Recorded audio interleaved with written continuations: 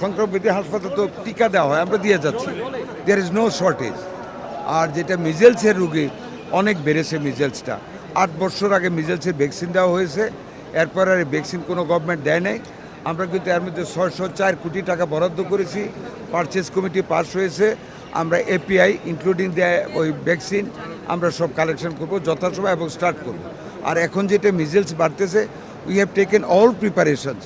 ইনশাল্লাহ আমাদের ঢাকাতে ডিএনসিসি ওয়ার্ডগুলি সব রেডি করা হয়েছে, আইসিইউ রেডি করা হয়েছে, সংক্রামক বিদ্যুৎ আইসিইউ রেডি করা হয়েছে উইথ ভেন্টিলেটর, শিশু হাসপাতালে করা হয়েছে, ঢাকা মেডিকেলে করা হয়েছে, মানিকগঞ্জে 8 ইউনিটের করা হয়েছে, ডিএনসিসিতে করা হয়েছে, নর্থ বেঙ্গলে করা হয়েছে। এবং আপনারা নিশ্চয়ই আমার বক্তব্যে শুনেছেন, আমরা 5টা ভেন্টিলেটর, নিউনেটাল ভেন্টিলেটর আমাদের মুক্তাদির সাহেব উনি পার্সোনালি আমাদেরকে দান করেছেন।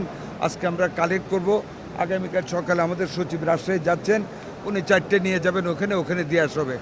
আলহামদুলিল্লাহ, আমি অত্যন্ত কৃতজ্ঞতার সাথে জানাচ্ছি যে আমাদের ফার্মাসিউটিক্যাল প্রডিউসার্স ওনার্স তারা আগামী কিছুদিনের ভিতর আমাদেরকে আরও মোর দেন এ ডজন ভেন্টিলেটর সরবরাহ করবেন। ইনশাল্লাহ এটা আমাদের জন্য বিশাল একটা উপকার আসবে। We can fight with the measles patient. আমরা সকল প্রস্তুতি নিচ্ছি। ধন্যবাদ।